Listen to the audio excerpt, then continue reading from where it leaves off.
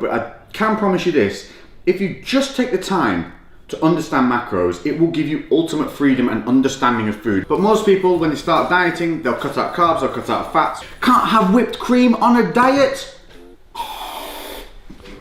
Wrong! What's up guys, and welcome to a requested video by you, and this is going to be a beginner guide to macros.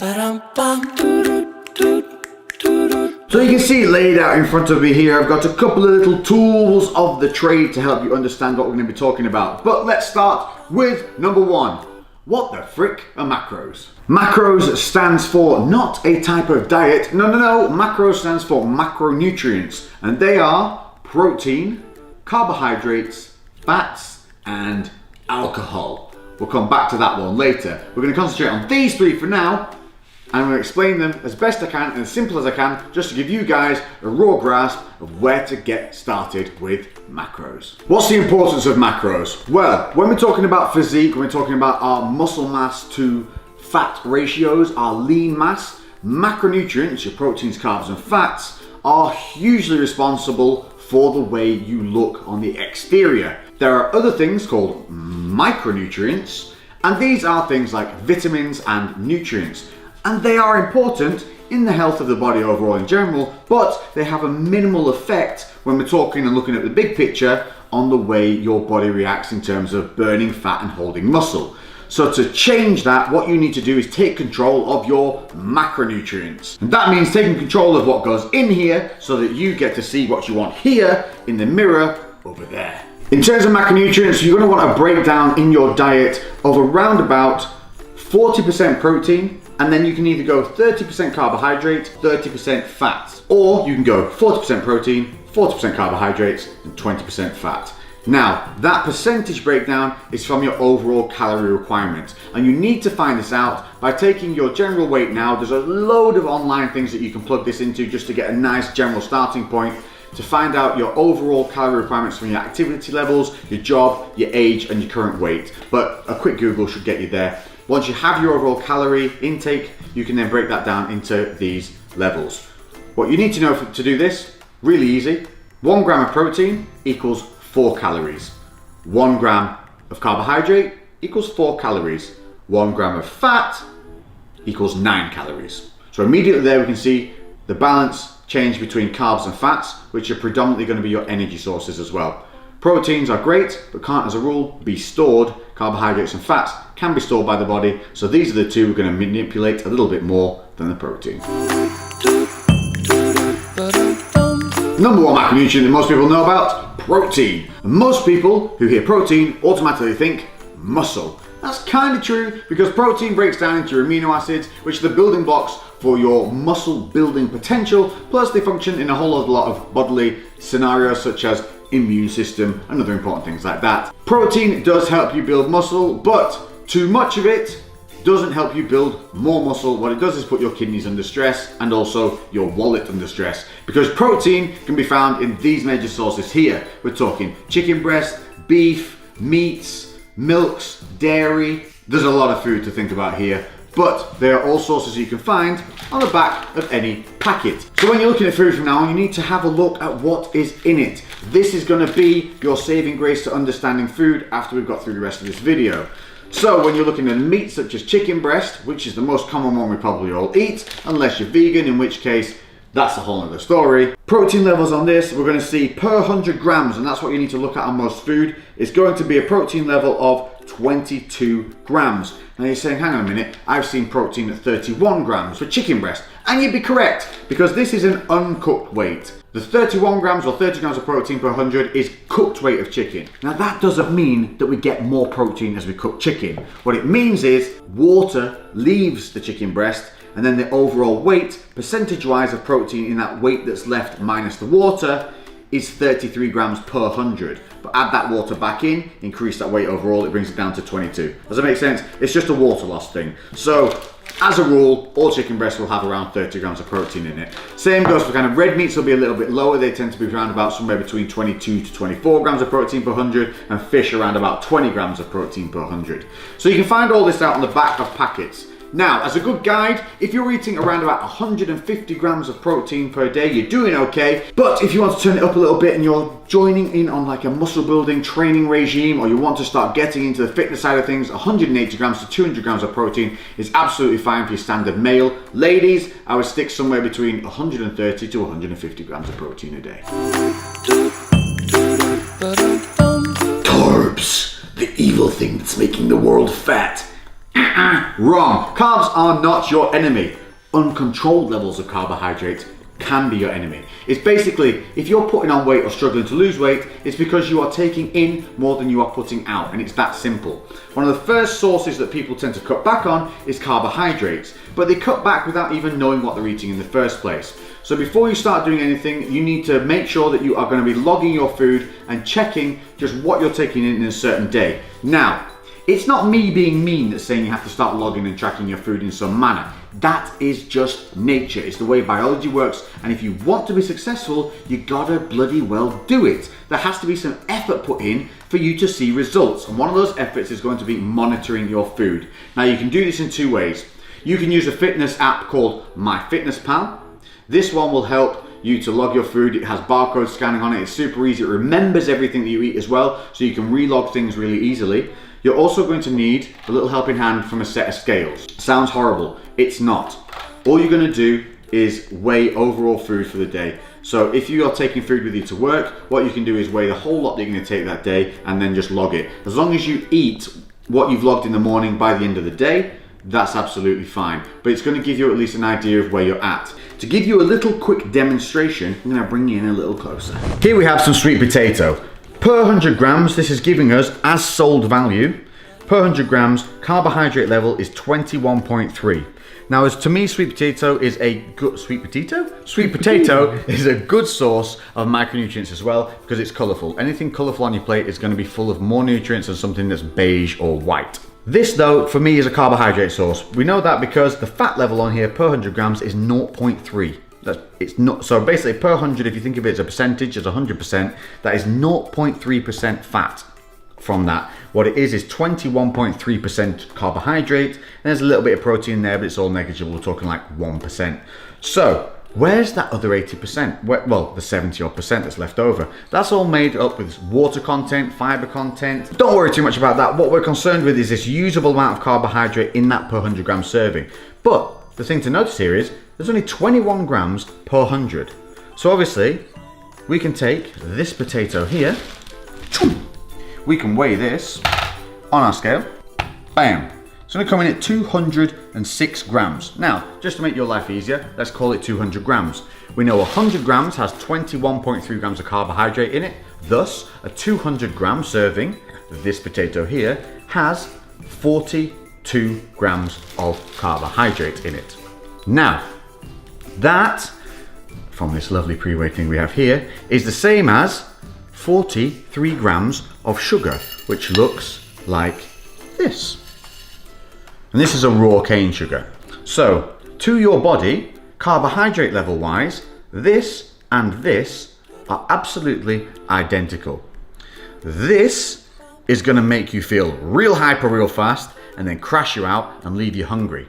This is going to be way more satiating and way more hunger filling. Is that a way of saying it? Hunger filling? It is now. This is going to leave you feeling less hungry. This is going to make you feel hyper and real hungry later on. So this is what we're talking about. This and this to your body are the same. People would have you believe that sugar is evil, it's all bad, ignore it, cut it out your system. The problem is we don't have control over the sugars in our diet, and that's the issue. Not the fact that sugar exists in the world. It's not completely evil, and you can have it in moderate amounts as long as you're monitoring your food. Now, if you're not monitoring your food, that's when you have to start cutting out sugars and things like that, because they're such high impact. Because you can get, as you can see from this, it's a way smaller volume that has the same impact. So it's way easier to go overboard on this simple sugar here, because basically 43 grams of that is 43 grams of carbs, whereas 200 grams of this potato is only 43 grams of carbs. Does that make sense? Hopefully that visual gives you a little idea. So what you want to do is monitor your food and volumize as necessary. So if you're feeling hungry, you want to look for foods that have a low impact. So that means per 100 grams, you get a low number per serving, which means you can have more to hit your targets.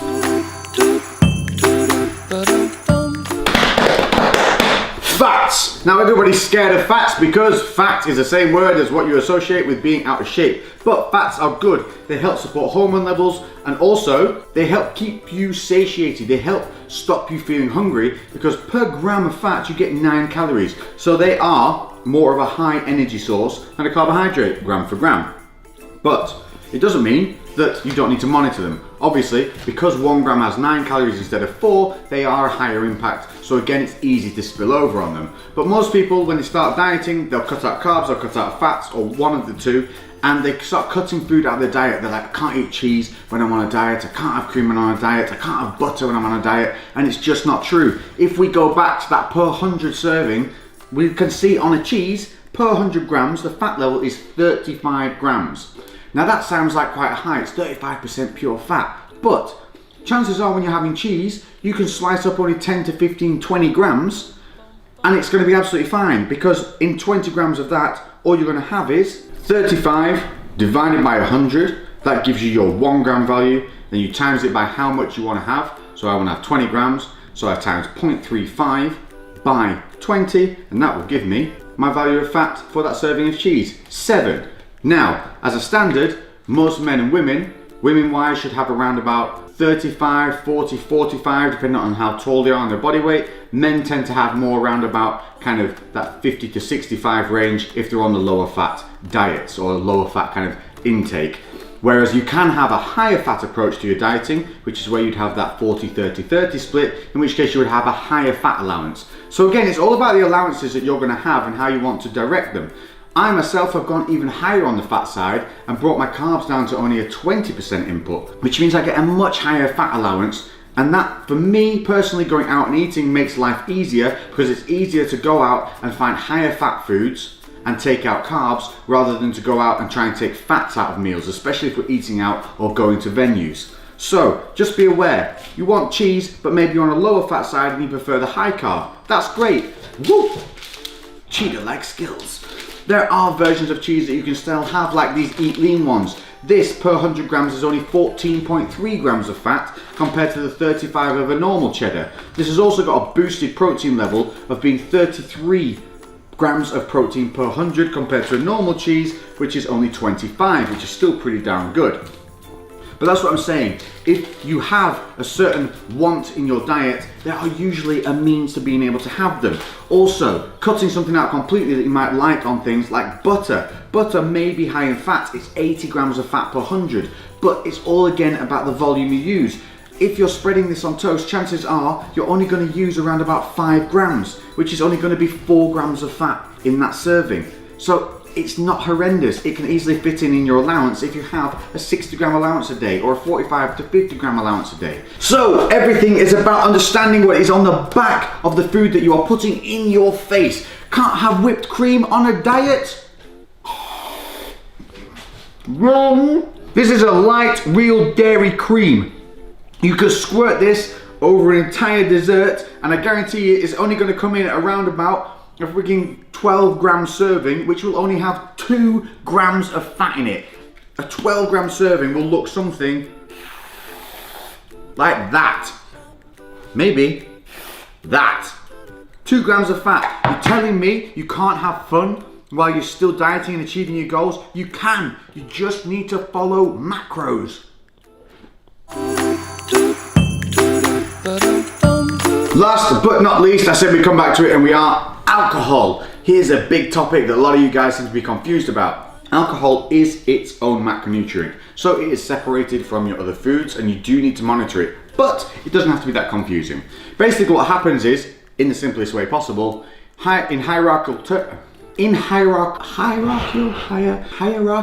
a tier of importance, when alcohol's in your system, it goes above everything else. Alcohol to your body is a kind of poison. It's going to try and break it down and clear it from your system, and it's going to prioritize the breakdown and digestion of the alcohol over other foods. So what you want to avoid doing is eating a lot of energy based food, your carbs and fats, around the alcohol. Try and stick to just having lean meat meals, getting your carbs and fats in prior to going out and having a drinking session. Now, by drinking session, that's a different matter of opinion for some people. For some, it's a couple of glasses of wine, a couple of beers. For others, it's a full-on, let's get blottoed. Now, I can tell you, you cannot be going out and getting smashed all the time on alcohol and expect nothing negative to happen. It's going to. But if you want to go out and control your drinks, have 1 or 2 glasses of wine, have some beers or vodka or whatever, that's absolutely fine. My advice to you is, if you can stick to spirits and a mixer, that's going to be way easier because you can have a diet mixer and a spirit, and there is not much to calculate in there other than the fact you've got alcohol in your system. But if you're having cocktails and beers, you are going to have to factor in that they're going to have carbohydrate levels in them, and you need to know that that is the case because it's very easy to start spilling over your calories. And a great way of dealing with this is to bank your macros. Yes, that means you can save macros for later in the day. And if you don't know how much, then you can just pull back on your carbs. If you want to go out and you know you're going to have quite a few drinks, you can just sacrifice 50% of your carbs and save it for that night out. It's completely up to you. You can judge what you think you want to save by having a look at what's in a single drink and going from there. But it's a sacrifice you make in terms of staying in shape. So you know you're going to go out and have fun and have those excessive things. That's great, and you make the sacrifice of not eating as much that day from that certain source that those excessive things are going to pile into, and thus you balance your life, and that's what it's about. Balance is key, consistency is key, but more than anything, knowledge and power. And one final thing, don't worry if you screw up. Just stop, reset, and learn from the mistake.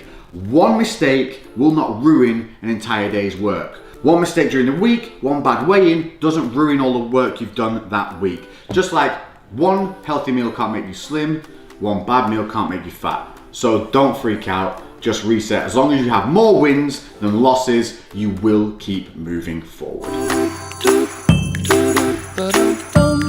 Oh, suggested macro levels. Now, I ain't claiming to be some kind of clairvoyant here, but I'm gonna give you general numbers to be able to start out with. So if you don't want to have to go through your day working out what you're already eating and how far off you are, follow these numbers, they'll give you somewhere to go. But then what you need to do is you need to follow yourself on the scales and in the mirror. What you don't want to be doing is losing more than, say, 1 to 2 pounds a week of weight, excluding the first 2 weeks that you do this, because you'll have a water rebalance in that couple of first weeks. So you can actually end up losing maybe 3 to 4 pounds a week in the first couple of weeks, and that's okay. But if it hits into the 3rd and 4th week and you're still losing that weight, you need to up your food because you're losing too much weight too quickly. Starting with the ladies, let's just say you're an average size girl. We're going to talk about maybe that 5'5" to 5'7" kind of range. You're rocking in around about what? 120 to 140 pounds? Is that little? Is that too little? I don't know. All right. Yeah? Touchy subject. We'll go off that. Anyway, that's where I'm going. So you just elevate up or down as necessary from that scale. We're going to say around about 130 to 150 grams of protein. That's going to be plenty. Carbohydrate wise, if you start rocking in around about 130 to 150 grams of carbs, if you want a carb dominant diet, and then have 40 to 45 grams of fat. If, however, you want to go a little bit more fat dominant, I would say have around about 100 grams of carbs and tipping it up to about 50 grams of fat. But again, balancing it through those calories however you see fit, according to your allowance, and then go up or down the scale if you think, maybe I'm a bit taller than that, I'm a bit more weighted than that, I'm a bit shorter than that, whatever you want to do. Or just give them a trial run for a week and see where your body goes. If it starts losing weight, brilliant. Next up, the fellas. And again, we're going to go on an average here, but definitely 180 to 200 grams of protein. That's fine. It's definitely going to hit all your base levels. It's probably, for some of you, going to be even a little bit more than you need, but it's also not going to be unhealthy and not going to be putting your kidneys under stress. Carbohydrates, if you want to be a carb dominant kind of diet, I would say for a cutting level, somewhere between 250 grams of carbohydrates should start you off on a decent level. Fats wise, let's start around 60 to 65. If you want to be a little bit more fat dominant, cut those carbs down to around about 170 to 180 and stick those fats up to around about. See how you go from there, and then obviously adjust up or down as necessary. Rules for both guys and girls. If you're going into the gym and starting training to lose weight, do not cut your food and start cardio at the same time, because what you're doing is you're using all the tricks in your bag, and if you load them all in at once at the beginning, you're going to give your body nowhere to go later down the line. So along your journey, If you up your cardio, leave your food the same, give your body a week, you're going to take the average of your 7-day weights. So you're going to weigh yourself every day, but you're not going to give a shit about that single number. You're going to weigh it for 7 days and going to take an average across the board. Then do the same the next week and you're going to measure those averages against each other. If weight's gone down, great. If it stayed the same, let's adjust. If it's gone up, if that's not your goal, then obviously we need to adjust even a little bit harder or increase our activity levels. So that's your choice. You either increase activity or bring down food, not both at the same time. So there we have it. It is as simple as I can make it for now. If you want to know a little bit more, let me know in the comment section below specifics you'd like to know. Has anything confused you? Have I missed any points? I'm doing my best here to just kind of dumb it down a little bit so that you guys are able to feel like you can just jump into this and really give it a good go. But I can promise you this, if you just take the time to understand macros, it will give you ultimate freedom and understanding of food, because it makes you look at what's on the back of a label. It makes you look at what's in your food, which then gives you knowledge, which then gives you freedom, because over time you will just know. You will start to learn about portion sizes from weighing the food. You'll start to know what's in something when you look at it on a menu. It will give you a rough idea, which gives you freedom. Rather than fearing food, you can control the food and you can make that food work for you. And that is a healthy attitude, and that's what you need to be successful, because this is a long-term lifestyle change. It is not an 8 to 12 week program where you're suddenly going to stop and hope that everything's going to stay the same. It just doesn't work like that. So there you have it. That is my basic breakdown for macros and understanding them, and I hope it's helped. Like I said, comments in the comment section if you've got any confusing points in there, and I'll try and answer them as best I can. Guys, if you know the answer to these questions, and a lot of you have been running macros for a long time and successfully, help each other out in the comment section. This is what it's all about, developing a community that we can help each other and come together and be better together. If you liked the video, if you're here this far, thank you very much. I hope it was what you wanted, and if it is, just hit that like, give it a thumbs up and share it. Help share the channel, share the knowledge, and let's start building a better place to be. I've been Lex, that has been Basic Macros, and I'll catch you in the next one. Boom, baby.